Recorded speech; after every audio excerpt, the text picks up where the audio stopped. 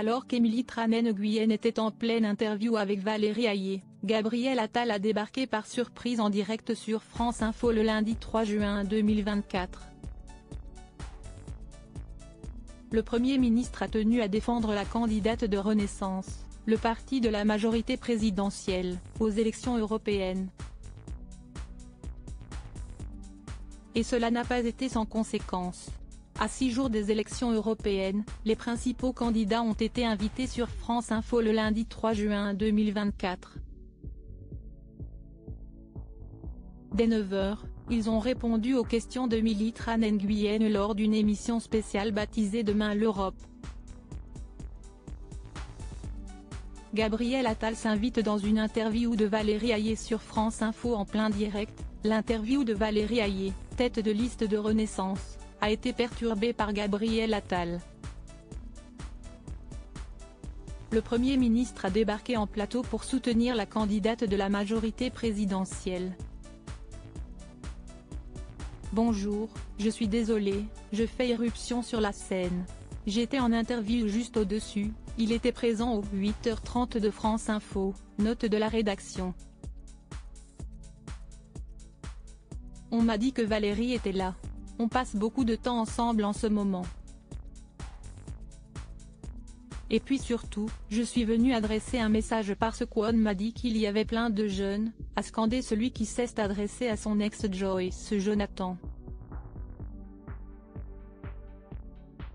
Alors que la menace d'une lourde défaite plane pour la majorité d'Emmanuel Macron, Gabriel Attal s'est attelé à mobiliser les électeurs autour de la candidature de Valérie Ayé.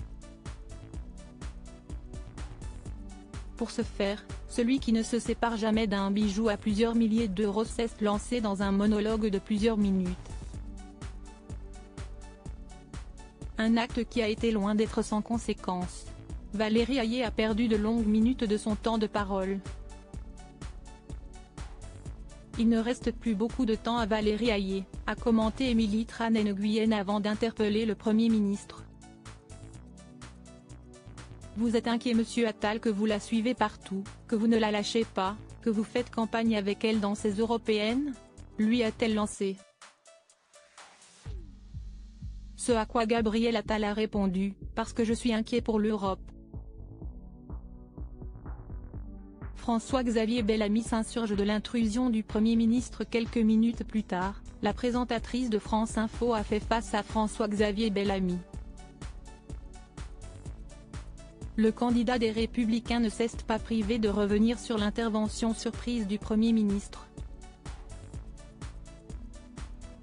Chez nous, ce sont les candidats qui font campagne.